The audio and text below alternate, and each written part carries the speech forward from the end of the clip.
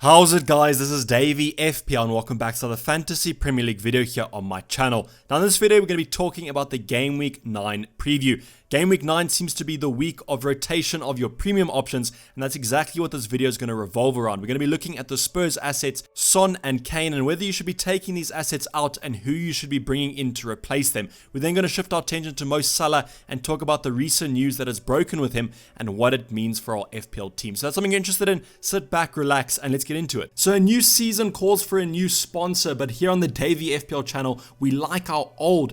So I've brought back the old sponsor, OneFootball, but with a completely new revamped app. Yes, OneFootball has gone over a complete marketing revamp, new logo, new everything. I've checked it out, looks really good. They kind of took the old app, but just made it better. So I'm really appreciative of that. If you want to go check them out, link down in the description below to go download the app. If you don't know who they are, they're the biggest app on iOS and Android. So go check them out. I personally use them, so I can recommend them from a personal level. So a quick reminder about the international break. We mentioned briefly in the introduction, yes, Mo Salah and the news that came with his positive test, and I don't think it's going to be the last player that tests positive before the Game Week 9 deadline. So we always talk about using your transfers wisely and keeping them for as late as possible, and I would recommend this again. Obviously, if there are price drops with the players you own and price rises with the players you want, you can take that into account and maybe shift for an early move, but if you can manage to keep your transfers for as late as possible, I would do that. This international break's been quite a weird one. It seems the pandemic is at a height in some countries and the players still at their international break, so they've flown to these countries and played these arbitrary fixtures that don't really mean a lot in the height of a pandemic, and I mean that's exactly why these players are testing positive. So just keep your eyes on the players you own, and I reckon as soon as that Game Week 9 deadline hits, we're probably going to get even more news after the deadline, which is going to be quite unfortunate,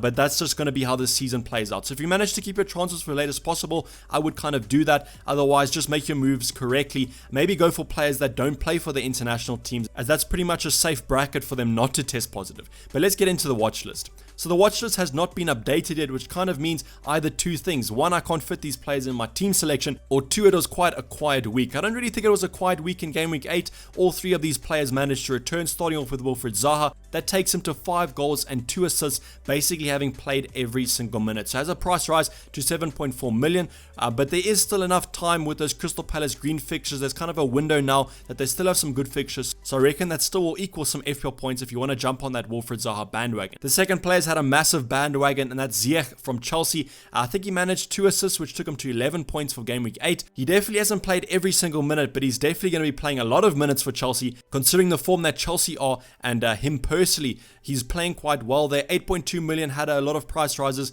because of that bandwagon, and he currently has 1 goal and 3 assists. Just monitor those Chelsea fixtures. If you think they're good enough, you can bring in Ziyech, but I think even in those tougher games, he still will manage to return at least an assist. Finally, we have Jack Grealish, who's a really good player to own right now. I would recommend him personally if you haven't owned him. I currently have brought in Ollie Watkins, but I wish that I could fit in Jack Grealish. The most annoying thing is I looked onto my bench and I saw that my 4 million keeper is actually from Aston Villa, which is blocking a potential triple up in those outfield Aston Villa players. But 7.5 million, still a great price to get Jack Grealish in. Has 6 assists and 4 goals, and basically played every single minute, but you must remember that Aston Villa have played 1 less game, so there is going to be a double game week coming up, which looks to be in the favor of Jack Grealish, and I reckon that he'll be getting some points from now till then. But that's the watch list. Let's get on and talk about the main talking point. So the main talking point, as I said in the intro, is Son/Kane out. Should you be taking out these Spurs assets, and who should you be bringing in for them? So Son and Kane, most people own both of them. I personally only own Son. My personal take on this is I am a fixture FPL player. So what that means is I always favor the fixtures. I don't really favor the form. If you do favor the form, you're definitely going to be keeping Son and Kane in. Son's a little bit more questionable because he has blanked in the last 2 game weeks, so he's not in the best form right now, but Harry Kane definitely is. And if you look at their fixtures, City, Chelsea, Arsenal, Crystal Palace, Liverpool, Leicester, and Wolves in those next couple game weeks. After Wolves, they actually have a nice run of fixtures. I think they face Fulham, which you're definitely going to want to bring those players in. But for my personal opinion, is I probably will be taking them out. If you don't have any other fires to put out, take them out. If you do have fires, then you can focus on those key areas first, as I don't think it's the most necessary move for your own FPL teams to take these players out unless you want to upgrade them. So my main kind of replacements for these 2 players would be the Man City assets. So Man City do play Spurs in Game Week 9, but after that they have a really nice run of fixtures which I really favour the Man City options. My personal favourite would probably be Kevin De Bruyne, but I also think that Sterling could be a good shout. And then just monitor that forward situation. If Aguero is going to be out for a prolonged amount of time, I know that he was rumoured to come back after the international break, but if Aguero is out, Jesus becomes a great shout to go for, especially at that forward department, because you can easily downgrade Kane to Jesus and upgrade some other areas with that free cash. So that's kind of my personal take on it. I would probably replace these players. You don't necessarily have to, but let's get on and see what the stats say. So the stats right now, what I've done is I've compared Son to Kane. Son is in blue and Kane is in red. So right off the bat, you can see the stats simply favor Harry Kane. He's getting every single better stat except for crosses and key passes. But I don't really mind that from my striker. So big chances and shots in the box and XG are where you want to be looking at. So he's heavily favored compared to Heung-min Son. I think the only stat that Heung-min Son beats him in is in away form. But we saw against West Bromwich Albion, that was an away fixture and Heung-min Son blanked. So it's not really a predictable and reliable stat to look at. And that's why I simply prefer Harry Kane. So if you own both Harry Kane and Heung-min Son, I definitely will be looking at Harry Kane and keeping him. The only kind of consideration that you could look at is if you think that Heung-min Son gets more points for that clean sheet point and more points if he scores a goal. And the fact of the matter is you kind of want to make your team a little bit more versatile, and there's a lot more midfielders that are performing right now better than the forward departments. So you might want to shift your budget from your forward department to your midfield department, and that's why you might want to downgrade Kane. But if you don't want to do that and you simply want the best players, I would keep Harry Kane, and I probably would take Heung-min Son out if I own both. But they're not necessarily the biggest transfers out. I think that they still should do well. I mean, if they're scoring all these goals in the first couple game weeks, they're definitely going to continue this. It just depends on if there's other players with better fixtures that are going to outperform them. And that's simply a decision you're going to have to make on your own. So Salah out, as we mentioned in the preview, Salah has tested positive. There was a massive amount of confusion there.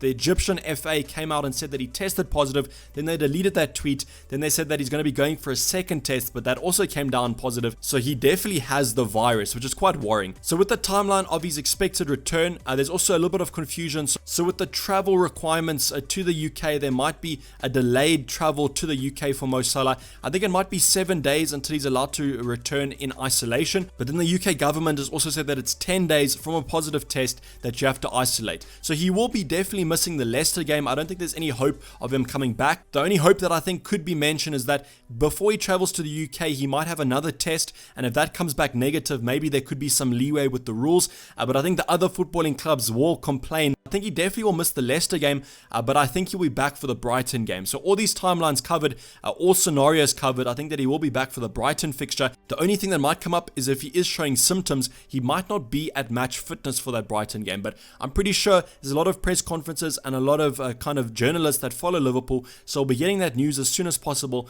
and I reckon that he will be fit for Brighton, but that's just something to take into your mind. So my decision on Mo Salah, as I am personally an owner, is I'm just going to keep him. I mean, it's one fixture against Leicester that he's going to miss out on, and my bench should be enough to cover him. If it's not enough, I might have to take a hit, but I won't take a hit to replace Salah. I'll take a hit to replace a bench option. So I think with Mo Salah, if Man City had a better fixture in Game Week 9, I would probably shift him on, but the fact is they play Spurs, and that game could go either way, so I'm not too keen on taking him out. And then, I mean, that one fixture after Leicester, he has Brighton, Wolves, and then Fulham. That Fulham fixture is really plumb. I think that's going to play to the key strengths of Liverpool, so I'm expecting him to get a nice haul in that one. So that's kind of the reason and my thinking behind keeping him. But you could also take Mo Salah if you want out, if you want some budget, or if you want a Man City option, or maybe a Bruno Fernandes. You could look at that, but I probably wouldn't recommend it as it is only one fixture. And as long as it's not a prolonged injury, if it is a prolonged injury, it's a simple downgrade. He's the most expensive player in the game, so you can simply shift him to wherever you want, and you should still be quite happy. But my personal opinion, as I said with Mo Salah, is I probably would keep him and just simply bench him. So the last talking point we're going to be talking about is the captaincy debate. So the captaincy is actually quite interesting this week. Kind of none of the really high-owned players in terms of the premiums have a really good fixture, which is shifting our attention to some more cheaper options that could hopefully still do well. So starting off, we got Sadio Mane. We've spoken about Salah being out for the Leicester fixture, so maybe this could be a time where Sadio Mane shines. He's really playing well. That's not really relating to many FPL points recently, but he is still keeping track with Mo Salah, just kind of a little bit more behind. But with Mo Salah out, Sadio Mane definitely becomes a captaincy consideration. You could go from maybe more of a differential captain, as I think most people will go for more of a better fixture, as Leicester have been defending well recently. So the second option is going to be Calvert-Lewin. So Calvert-Lewin has had an absolute stormer of a season so far, and I mean, he comes up against pretty much one of the worst, if not the worst, teams in the Premier League at the moment, Fulham. So you kind of am expecting him to score a goal in this one, so I think that's maybe more of a safe captaincy option if you want to go for it. It just depends on if he has that higher ceiling, and then maybe some of the other options in captaincy considerations. So my personal favorite is going to be Bruno Fernandes this week. Bruno Fernandes has been ticking along nicely this FPL season, and he's facing West Bromwich Albion. Now, West Brom have defended better at their own home, but away from home, they're still pretty dreadful. So I think Bruno Fernandes could be in for some nice hauls here, and that's why he's my favorite captaincy option. But I think that Calvert-Lewin is still a good consideration to go for. So that's basically going to wrap up the video, guys. Hopefully you did enjoy it. Please don't forget to like it if you did, and subscribe if you're new or have not subscribed yet. I'll be checking you guys in the team selection coming up later in the week, and also on my Twitter at DayvyFPL. I'm going to sign you off. This has been Dayvy FPL, and I'm out. Cheers. Bye.